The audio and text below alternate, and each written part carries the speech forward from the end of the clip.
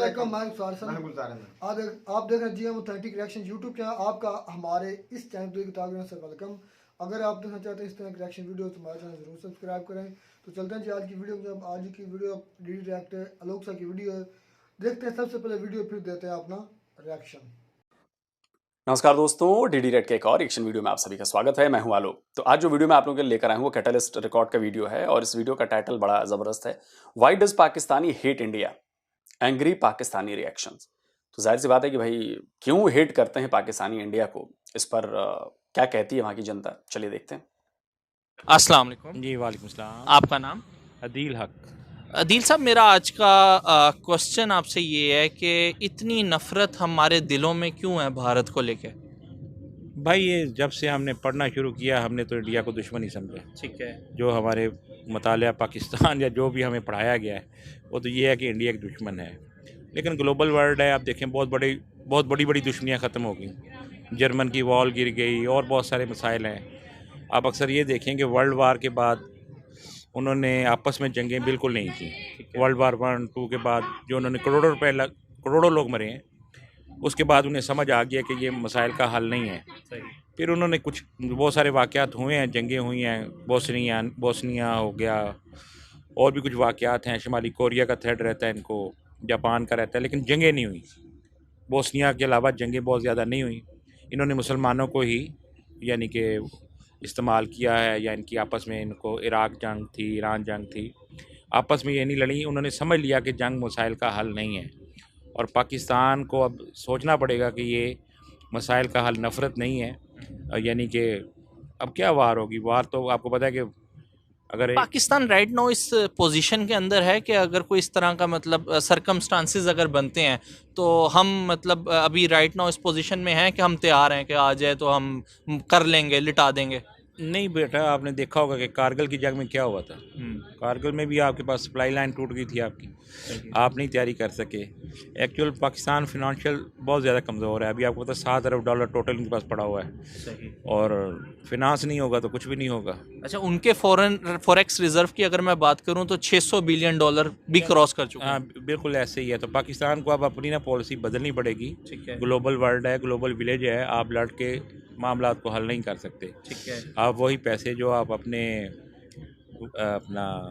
Army पे या जो अपना वार वगैरह के लिए तैयारी के लिए लगा रहे हैं, होनी चाहिए, लेकिन इतना भी नहीं कि उस अपने सेहत को, एजुकेशन को काट के आप उधर लगा रहे हैं, और ठीक है। यूज़लेस है, कोई ऐसा फ़ायदा नहीं है। ठीक है। अच्छा, मेरा आपसे एक क्वेश्चन ये है कि आज सुबह की न्यूज़ ये है कि आयरलैंड का जो प्राइम मिनिस्टर है वो भी इंडियन ओरिजिन से सिलेक्ट हुआ है, जबकि यूके की अगर बात की जाए तो ऋषि सनक का आपने न्यूज़ सुनी होगी कुछ दिन पहले, वो भी इंडियन ओरिजिन से उसका ताल्लुक था। अगर देखा जाए तो जो हमारी नेबर कंट्री भारत इंडिया है वो इस टाइम ग्लोबली अगर देखें तो अपने कदम बड़े मजबूती से जमा रही है। जितनी भी टॉप पोजीशंस हैं वो ज़्यादातर इंडियन ओरिजिन से जिनका ताल्लुक है या इंडिया से जो बिलोंग करते हैं उन्हीं वो ही मतलब उसको जो है रिप्रेजेंट कर रहे हैं। हम किधर लैग कर रहे हैं? हम किन कामों में पड़ गए हैं? हम क्यों इतना पीछे रह गए? भाई मेरे अभी डॉक्टर्स के लिए आज से कुछ 6-7 साल पहले ना इंजीनियर्स का एक ऐसा सिलसिला था कि इंजीनियर को 20-25 हज़ार रुपये मिलता था। ठीक है। और जॉब्स पाकिस्तान में नहीं मिल रही थी। ठीक है। इंजीनियरिंग का शोबा यानी कि बिल्कुल फ्लॉप हो गया था। अब वही सूरत हाल इस टाइम मेडिकल पे आई हुई है। अभी 80 सीटें हैं और 8-8 हज़ार 10-10 हज़ार बच्चे बच्चियाँ गए हुए हैं और इनके पास सीटें हैं ही नहीं देने के लिए। उसकी वजह ये है कि मेरे पास फाइनेंस ही नहीं है, इनके पास सेटअप ख़त्म हो चुका है। ठीक है। यानी कि आगे ये सोच रहे हैं कि पेंशन ख़त्म करें, आगे तनख्वाहें ख़त्म करें, प्राइवेट सेक्टर के ज़रिए मेडिकल के डॉक्टर्स वगैरह आए। तो पाकिस्तान इस टाइम बड़ा फिनेंशियली कमज़ोर हो चुका है। इसका सर्वाइवल को ख़तरा तो नहीं होने जा रहा वक्त के साथ? अल्लाह ना करे पाकिस्तान की सर्वाइवल को कभी ख़तरा हो।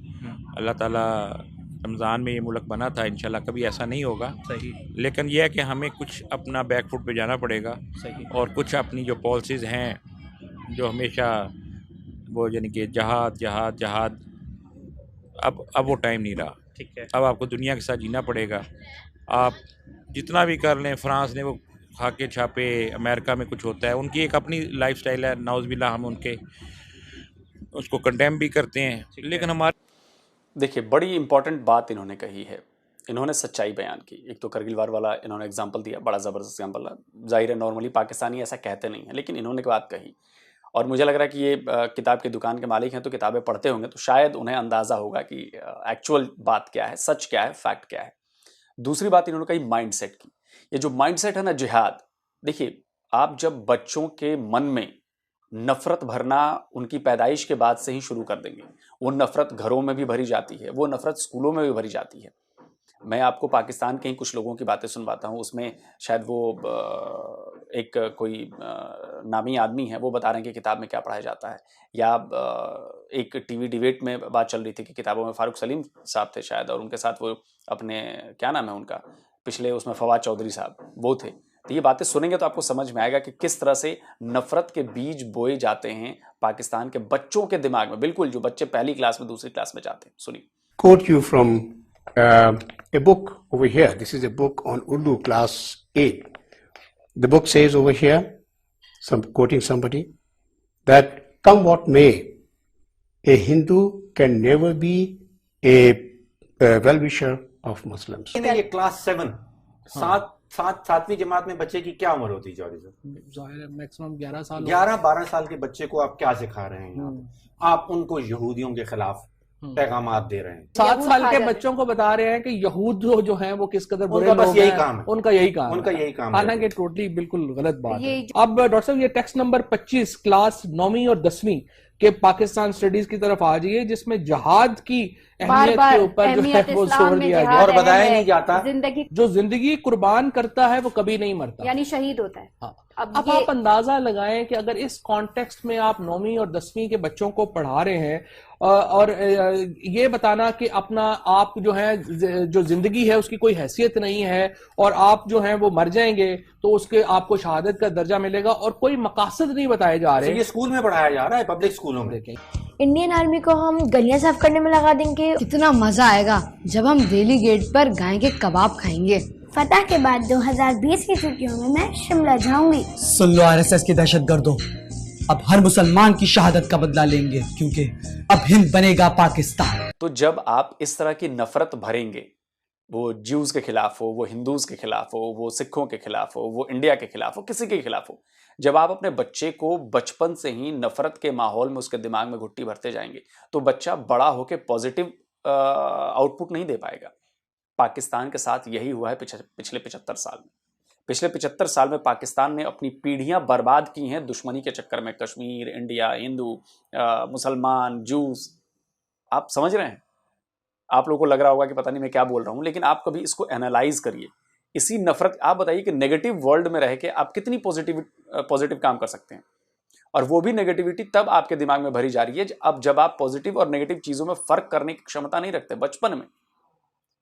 तो जब बच्चा बड़ा हो जाता है तो उसको लगता है कि जो नेगेटिव चीज सिखाई गई है वही सही चीज है, और इसलिए उससे पॉजिटिव आउटकम आता ही नहीं है।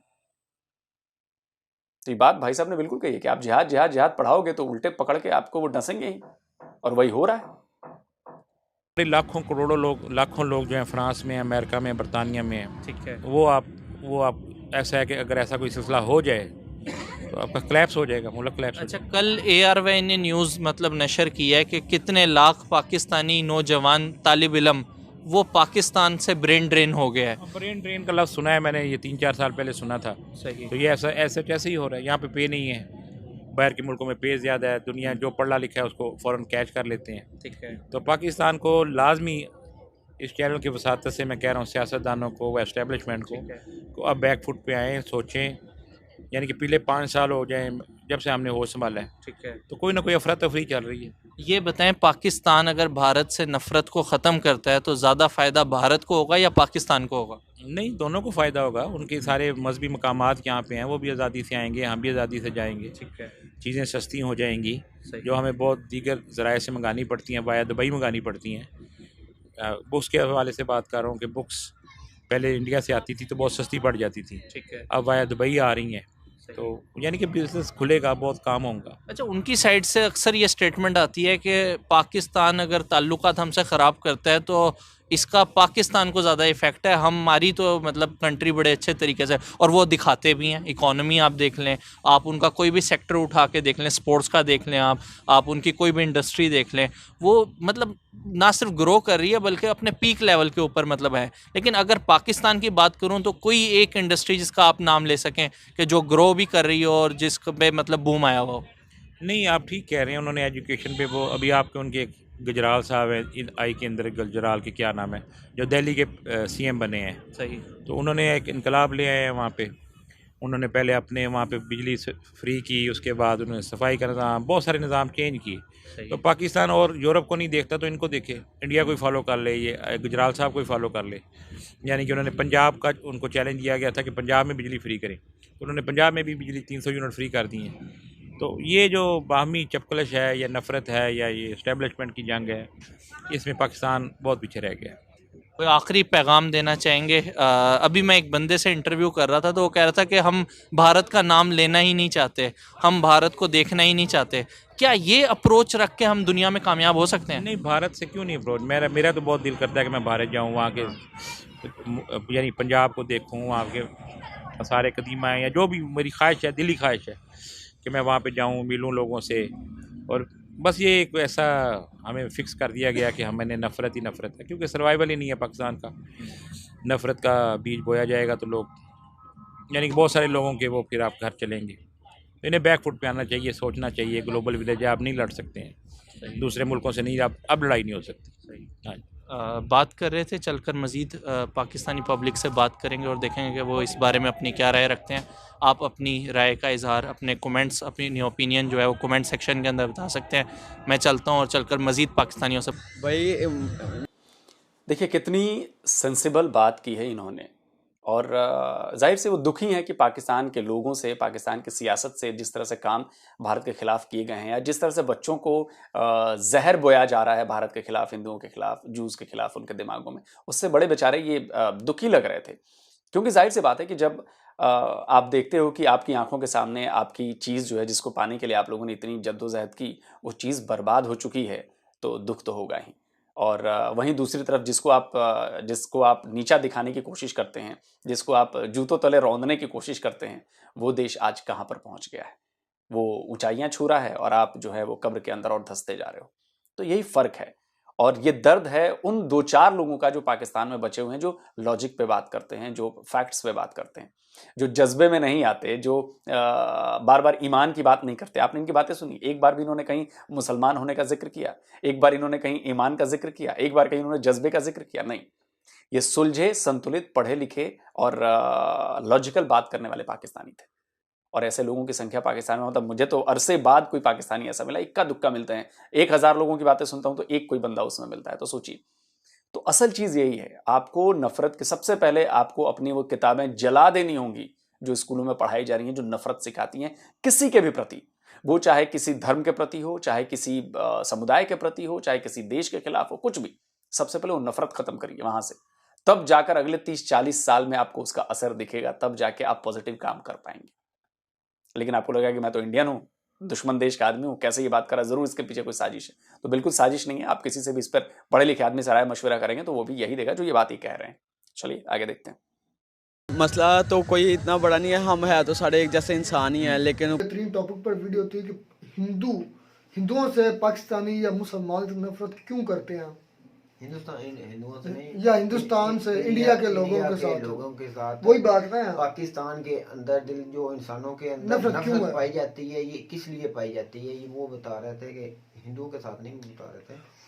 तो ये बात मैं अक्सर, ये बात हम कई वीडियोज में कर चुके हैं कि इंडिया और पाकिस्तान के जो अंदर ये नफरत का, जो हर आदमी के अंदर नफरत होती है, वो मुख्तलिफ सोच के अंदर, जब इंडिया और पाकिस्तान का मैच हो ना, उस वक्त ये नफरत बाहर आती है। वैसे हम आम इंस्टाग्राम पर मेरे कई इंडियन भाई से बात होती है, ऐसी कोई बात भी नहीं होती कि वो हमें इतने अच्छे लहजे से वो बात करते हैं। यार जब हम स्कूल कॉलेजेस में पढ़ते ना, मैं हकीकत बात करूं, हमारे स्कूल्स में जब तक मैं इस चाय पर नहीं बैठा था, जब तक मैं इंटरनेशनल रिलेशंस या करंट अफेयर्स से वाकिफ नहीं था, सिर्फ स्कूल की स्टडी में मसरूफ था, तो मेरे ख्याल में मेरा तब तक माइंड सेट यही था कि जो इंडिया है वो सबसे हमारा बड़ा दुश्मन है, और हकीकत बात है, मैं बात दिल में नहीं रखूँगा, और सबसे ज़्यादा हमें जो दुश्मनी पालनी है उनके साथ पालनी है, और वो उनको अगर हिंदू कहीं भी हमें मिल जाए तो हमें उनके साथ कोई मतलब रस्म और रिवाज नहीं रखने ना। तो ये तासुर दिया जाता है कि आप हिंदू के साथ या ईसाई के साथ बैठ कर नहीं खा सकता। ये क्यों ऐसी बातें हैं रुखसार भाई? मैं कहता हूँ कि जो बाहर के मुमालिक में हमारे आदमी लोग गए हुए हैं वो एक जगह पर काम भी करते हैं, एक जगह पर खाते भी हैं, बाहर जगह सारा कुछ जायज हो जाता है। यही बात है ना, सब जो बाहर जाते हैं पाकिस्तानी लोग खुद इंडिया के लोगों के साथ, गैर मजहब के लोगों के साथ क्या मतलब भाई ईसाइयों के साथ जाकर उनके जूते साफ करते हैं, उनके काम करते हैं, और इधर ये नफरत की बातें फैलाते हैं। ये तो दोहरा म्यार है। तो ये जो इधर की है ना कट्टरवाद, वो पाकिस्तान के मुखलिस नहीं है भाई। वो ये वही बात है कि जो दूसरे मालिक में जाकर ईसाइयों के जूते पॉलिश कर सकते हैं, जो दूसरे मालिक में जाकर गैर मजहब के साथ बैठ कर खाना खा सकते हैं, उनको अपने हाथों से खिला सकते हैं, वेटर का काम कर सकते हैं, तो पाकिस्तान में क्यों नहीं ऐसी चीजें क्यों नहीं इकट्ठा रह सकते? क्यों नहीं पाकिस्तान को ग्रो करने में मदद देते? क्यों ये बच्चों के ज़हन में डाला जाता? अच्छा, एक और बड़ा अहम पॉइंट इधर था, जिहाद। इस्लाम में जो जिहाद की तारीफ है ना, जो सबसे बड़ा जिहाद जिसको कहा जाता है हदीस कुरान हदीस की रोशनी में, वो है जिहाद बिन नफ्स, यानी कि अपने आप के साथ जिहाद, यानी कि अपनी ख्वाहिशात के खिलाफ जिहाद। वो कोई नहीं सिखाता। वो उसका मतलब यह है कि आप अपनी ख्वाहिशात पर दूसरों की तमन्नाओं को, ख्वाहिशों को तरजीह दें, दूसरों की अपनी इज्जत पर दूसरों की इज्जत को ज़्यादा तरजीह दें, अपनी भूख पर दूसरों की भूख पर ज़्यादा तरजीह दें। ये जिहाद है। ये कब किसने सिखाया? सबसे बड़ा जिहाद यह है कि अपनी ख्वाहिशात को मार कर, अपनी ज़रूरियात को पीछे रख कर, बला ताक रखते हुए आप अब दूसरों की ज़रूरियात, खुशियाँ, दूसरों के जो भी चीज़ें उसको मद्देनजर रखते हुए उनको पहले प्रायोरिटी दें। ये जिहाद है। पता नहीं कि ना ये असल जिहाद का मन सिखाई नहीं जाता। हमें जो जिहाद का लफ्ज है वो किस अल्फाज से माना जाता है कि आपने यार मिसगाइड किया गया ना, मिसगाइड किया गया। हमारे जो उलमा है या कोई भी है उलमा, जो यही बोला जाता है कि आपने जिहाद, मैंने तो जिहाद का नाम उस वक्त सुना था जब इन्होंने बोला था हमारे इधर, मैं बोलना नहीं चाहता हूँ कि आपने जाकर कश्मीर में जिहाद करना है। मुझे जिहाद का नहीं पता था कि कैसे होता है कैसे नहीं। काफी लोग तैयार भी थे भाई। जो नया खून होता है ना, जवान लोग होते हैं, जवान होता है, वो भी इन बातों में आ जाते हैं। वो बोलते हैं कि मैं भी जाऊंगा जिहाद में। ऐसे ऐसे अल्फाज बोले जाते हैं कि आप जब डेथ होगी आप मरेंगे नहीं, आप सीधा जन्नत में जाएंगे। किसी की जान लेना, किसी पर जुल्म करना, ये जिहाद नहीं होता। हमारा जो जिहाद है वो, रुखसार भाई की बात ठीक है, हमें अपने आप मुल्क पर जिहाद लाना चाहिए, हमें सियासतदानों पर जिहाद लाना चाहिए। जिस मुसीबत में पाकिस्तान इस वक्त उन्होंने डाला हुआ है और जिस पोजीशन पर इस वक्त पाकिस्तान है, हमें अपने सियासतदानों के खिलाफ जिहाद करना चाहिए। यार आपका इखलाक, आपका म्यार इतना आला हो कि आपके जो आपके दुश्मन है वो भी आपकी तारीफ करने पर मजबूर हो जाए और खुद आपके साथ तल्लुकात और वाबत रखने के लिए मजबूर हो जाए। तो इस चीज़ के लिए आपको फिर जिहाद करना पड़ेगा, वो अपने आप के साथ, अपनी ख्वाहिशात के साथ, अपनी ज़ात के साथ। और ये जो जिहाद मौलाना साहब हमें सिखाते हैं ना कि ये जिहाद करना, मेरे ख्याल में, मेरे समझ में ये जिहाद नहीं था। जिहाद अकबर जिसे हम कहते हैं वो यही जिहाद है जो हमारे, मैंने अपनी स्टडी की है उसके लिहाज से यह सबसे बड़ा जिहाद है, अपनी ख्वाहिशात को मारना। और उसके बाद आलोक साहब ने बात की और भाई ने भी बात की थी वीडियो में कि जो हमारी ट्रेड बंद हुई है इंडिया के साथ, उस ट्रेड बंद होने की वजह से हमें बहुत ज़्यादा नुकसान है, इसमें कोई डाउट नहीं। मैं जब सबसे ज्यादा हमें लॉस पाकिस्तान को, हमें लॉस हुआ, होता जा रहा है। इंडिया को क्या पड़ी कि पाकिस्तान को, इंडिया को फायदा 0% का, उसकी ग्रो ज्यादा ही हुई है पाकिस्तान की निस्बत। वो पहले के निस्बत ज्यादा ग्रो कर रहा है इंडिया इस वक्त। यार तो पाकिस्तान, इंडिया ट्रेड बंद करने से पाकिस्तान में भूखमरी का आलम है। यार ये देख ले ज्यादा जो सस्ती हमें ट्रेड मिलती थी, चीजें मिलती थी, वो इंडिया के रास्ते मिलती थी। यार यही है ना गुलजार भाई के एक समंदर, उसमें से एक बाल्टी पानी से निकाल ली जाए तो समंदर को क्या फर्क पड़ेगा। ये पक्ष ने यही सोच लेगा कि हम एक बाल्टी पानी निकाल रहे हैं इंडिया से, जो हम उनको बेनिफिट दे रहे हैं। भाई ऐसी बात नहीं, उनकी बहुत बड़ी एक समझ के समंदर की तरह उनकी इकॉनमी है। आपके एक बाल्टी पानी के निकालने से उनकी इकॉनमी में ज़रा बराबर भी टच से मस नहीं आना। और पाकिस्तान के इसका नुकसान हुआ है, होता है हो रहा है और होता रहेगा। मैं जब MSc कर रहा था ना, तो उस वक्त जनाब हमारे जो कॉलेजेस में बुक्स पढ़ाई जाती हैं वो ज़्यादातर एक हमारे आर्थर्स हैं, इंडियन आर्थर, उनकी बुक्स होती हैं। GD टूली की इनऑर्गेनिक केमिस्ट्री जो हम पढ़ते हैं हमारे कॉलेजेस में जो पढ़ाई जाती हैं वो कहाँ से आती हैं? वो इंडिया से ही आती हैं। इंडिया की बुक्स, हमारे इंडिया के आथर्स की, राइटर्स की बुक्स हमारे कॉलेजेस में पढ़ाई जाती हैं, यूनिवर्सिटी में से पढ़ाई जाती हैं। तो जी रुखसार भाई, ये इसमें आखिर में ये बात करना चाहूँगा कि इंडिया से हम हर चीज़ लेते हैं, उससे मदद भी लेते हैं, उस पर हमला भी हम करते हैं, उसको ट्रेड भी बंद करते हैं। फिर हमारा ये, मैं तो कहता हूँ जो इमरान खान साहब ने ये स्टेप लिया था ना, ये सबसे बुरा स्टेप है। ये पूरी सियासत में उसका ये, मैं तो कहता हूँ होना ये चाहिए था। हमारे मुल्क में ये होना चाहिए जिहाद करें जो उन्होंने गलत जिहाद जो मौलाना करते हैं, सबसे पहले मौलाना अपने आप से जिहाद करें। क्या अपने आप से जिहाद करते हैं? जुमेरातों खाए जाते हैं, ख़त्म खाए जाते हैं, अपनी जेबें भरी जाते हैं। लैंड क्रूज़र, सबसे ज़्यादा लैंड क्रूज़र मौलाना साहब के बाद पास हैं, सबसे ज़्यादा पैसे मौलाना के पास है। अपने ऊपर क्यों नहीं लागू करते जिहाद? क्यों नहीं अपनी ख्वाहिशात पर दूसरी ख्वाहिशात को तरजीह देते? भाई हमारे माशरे में पहले तलीम की शरह कम थी, इस वक्त पढ़ा लिखा ज़हन आया है, नौजवान तबका जाग उठा है, इन बातों को अमल नहीं करता। मैं कहता हूँ 50% जो पढ़ा लिखा तबका है इन बातों पर, जहाज पर या किसी पर वो बात नहीं करता। सोशल मीडिया का ज़माना है, हर आदमी जो अब पढ़ा लिखा है, तो अब मैं कहता हूँ जो जहाज का नाम है वो भी अब कोई भी नहीं।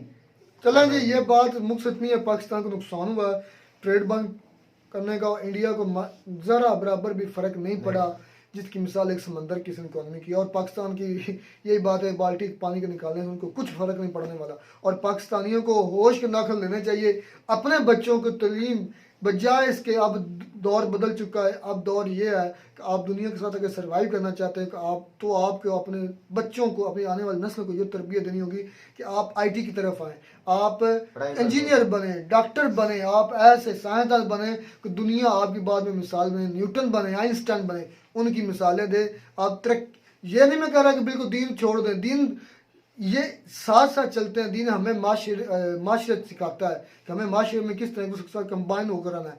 और इनको ये सिखाना चाहिए कि हमारे मुल्क में तरक्की कैसे आएगी। अपने ऊपर जिहाद फ़र्ज करें, अपनी ख्वाहिशात को मारें, मुल्क की और दूसरी तरजीहात को बुलंद रखें, तब भी आप जिहाद कर सकेंगे। तो उम्मीद करते हैं आपको हमारी वीडियो अच्छी लगी होगी। अगर वीडियो अच्छी लगी हो तो हमारे चैनल ज़रूर सब्सक्राइब करें। मिलता है नई वीडियो में किसी नए टॉपिक के साथ, तब तक दीजिए इजाज़त। अल्लाह हाफ़िज़।